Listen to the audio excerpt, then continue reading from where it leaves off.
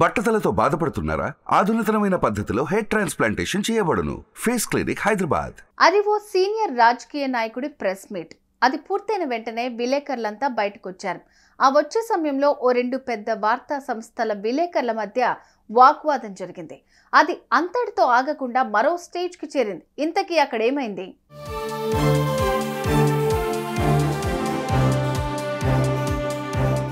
Karnataka deputy CM DK Shivakumar ఏదో అంశం మీద ప్రెస్ మీట్ పెట్టారు.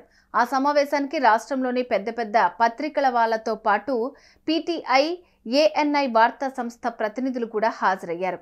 ప్రెస్ మీట్ పూర్తయి బయటకు వస్తున్న సమయంలో ఏం జరిగిందో ఏమో, పీటీఐకి చెందిన ఓ మహిళా విలేకరికి, ఏఎన్ఐ స్టాఫ్ రిపోర్టర్కి మధ్య వాదం జరిగింది. మాట పెరిగింది. అంతలో ఏమైందో ఏమో, ఏఎన్ఐ విలేకరి ఆ మహిళా రిపోర్టర్ చెంప చెల్లుమని పెంచాడు. దీంతో ఒక్కసారిగా అక్కడ పెద్ద ఎత్తున గందరగోళం చెలరేగింది.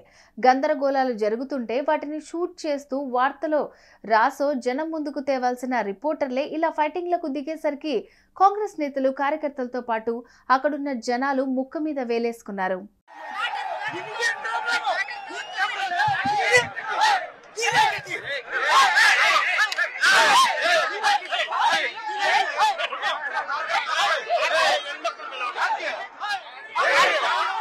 ఈ విషయం తెలిసి పీటీఐ సంస్థ ఏఎన్ఐ విలేకర్ మీద ఇంతెత్తున లేచింది. ఓ మహిళ విలేకరి మీద ఇలా దాడికి దిగుతావా అంటూ ఆగ్రహం వ్యక్తం చేసింది. ఆ విలేకరి మీద కేసు పెట్టడమే కాదు, జాతీయ మహిళా కమిషన్ కు కూడా ఫిర్యాదు చేస్తామంటూ వెల్లడించింది. అటు ఈ ఘటన మీద ఏఎన్ఐ కూడా స్పందించింది. ఇలాంటి దాడులను తాము సమర్థించమని చెబుతూ అసలు ఆ మహిళా విలేకరే తమ రిపోర్టర్ మీద దాడి చేసిందంటూ ఓ రెండు ఫోటోలు కూడా ట్విట్టర్లో పోస్ట్ చేశారు. ఏదేమైనా ఈ ఘటన మీద పూర్తిగా ఎంక్వైరీ చేసి తప్పెవరిదో తెలియదాకా తమ రిపోర్టర్ను విధుల నుంచి సస్పెండ్ చేస్తున్నట్టు ప్రకటించింది.